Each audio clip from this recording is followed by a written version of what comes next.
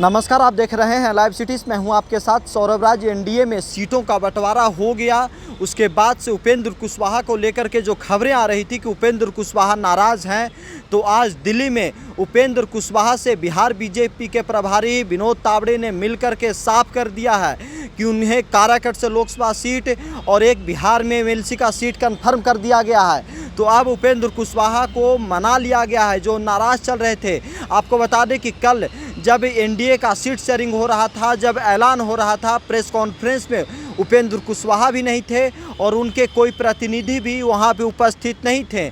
ऐसे में कई सवाल उठ रहे थे उपेंद्र कुशवाहा के ऊपर कि क्या उपेंद्र कुशवाहा एनडीए में नाराज़ हैं, क्या वो काफ़ी ज़्यादा जिस तरीके से एक सीट उन्हें मिली है, क्या उस सीट को लेकर के वो नाराज़ चल रहे थे। तो आज दिल्ली में विनोद तावड़े ने आज मुलाकात की है। मुलाकात के बाद उन्होंने एक्स के ऊपर पोस्ट की और पोस्ट में उन्होंने साफ साफ लिखा कि उनके साथ जो कमिटमेंट थी, जो वादा किया गया था, एक लोकसभा सीट और एक एमएलसी का उन्हें दे दिया गया है। तो आपको बता दें कि अब उपेंद्र कुशवाहा को खुश कर दिया गया है। उपेंद्र कुशवाहा को एक लोकसभा के साथ साथ एक एमएलसी का सीट भी बिहार में दे दिया गया है। आपको बता दें कि एनडीए के अंदर बीजेपी, जेडीयू, चिराग पासवान, उपेंद्र कुशवाहा और जीतन राम मांझी हैं। बीजेपी को 17 लोकसभा की सीटें मिली हैं, जेडीयू को 16, चिराग पासवान को 5, उपेंद्र कुशवाहा और जीतन राम मांझी को एक लोकसभा की सीटें 2024 लोकसभा चुनाव लड़ने के लिए मिली हैं।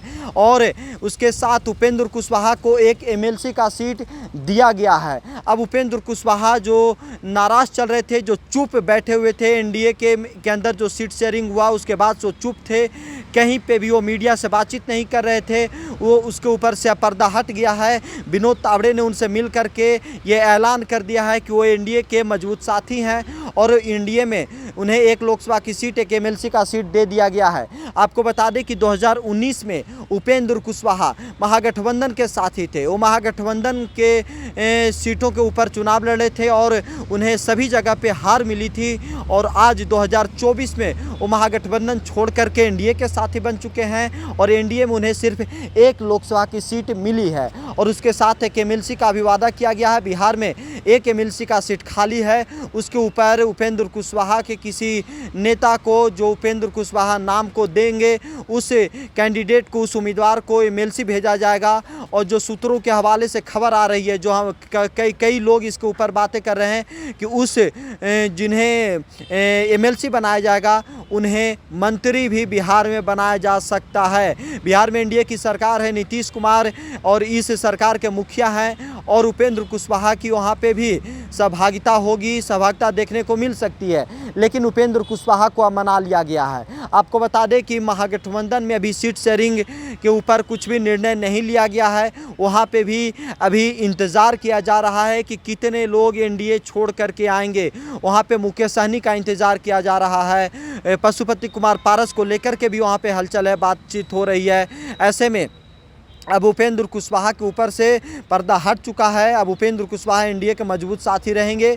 उन्हें एक लोकसभा के साथ साथ एक एमएलसी का भी सीट दे दिया गया है। अब एमएलसी के ऊपर किस उम्मीदवार को भेजेंगे, किस नेता को एमएलसी में बनाएंगे, क्या वो माधव आनंद को एमएलसी बनाने जा रहे हैं। आपको बता दें कि कई पिछले 5-7 सालों से उपेंद्र कुशवाहा के साथ मजबूती से माधव आनंद लगे हुए हैं। हर तरीके से वो उपेंद्र कुशवाहा को मजबूत करते हैं, हर कार्यक्रम को मजबूती देते हैं उपेंद्र कुशवाहा। ऐसे में कहा जा रहा है कि उपेंद्र कुशवाहा की सबसे पहली पसंद माधव आनंद ही है एमएलसी के लिए। लेकिन अभी इसके ऊपर कहना जल्दबाजी होगा। उपेंद्र कुशवाहा किसे भेजते हैं, ये उपेंद्र कुशवाहा के ऊपर ही है। लेकिन उपेंद्र कुशवाहा से आज दिल्ली में विनोद तावड़े, जो बिहार बीजेपी के प्रभारी हैं, बिहार बीजेपी के प्रमुख नेता हैं और बीजेपी के वरिष्ठ नेताओं में से एक अमित शाह के करीबी नेता हैं, उन्होंने आज उपेंद्र कुशवाहा से मुलाकात की और जो संशय था, जो नाराज़गी की बातें चल रही थी, उसके ऊपर से पर्दा हट चुका है।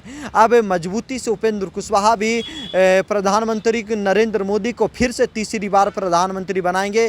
2024 में जो एनडीए का नारा है कि इस बार 400 पार 400 लोकसभा सीट जीतने का जो लक्ष्य रखा गया है एनडीए की ओर से, उसमें उपेंद्र कुशवाहा भी भागीदार बनना चाहेंगे और बनने के लिए वो काराकट से चुनाव भी अब लड़ने जा रहे हैं। उपेंद्र कुशवाहा लगातार इसके ऊपर चुप थे कि वो एनडीए में जो एक सीट मिली है उसी से वो खुश हैं या नाराज़ हैं।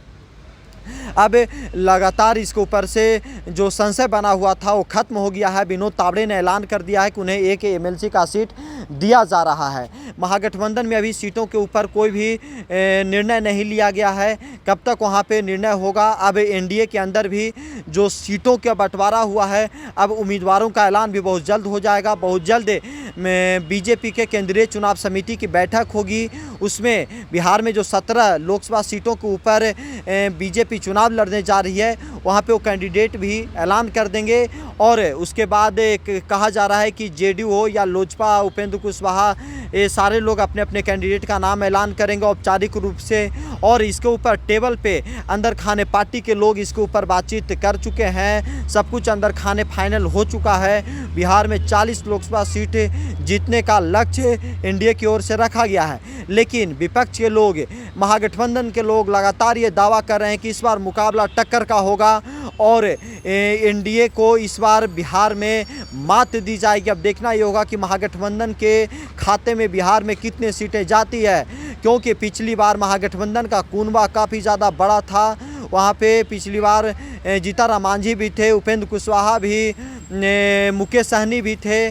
और आज के समय में वहाँ पे अभी वर्तमान में नीतीश कुमार नहीं है महागठबंधन में, अब एनडीए के पास आ गए हैं। अब कांग्रेस, आरजेडी और लेफ्ट की कुछ पार्टियां वहाँ पे हैं और कहा जा रहा है कि आरजेडी और कांग्रेस अभी भी सीटों के ऊपर तालमेल नहीं बैठा पाई है।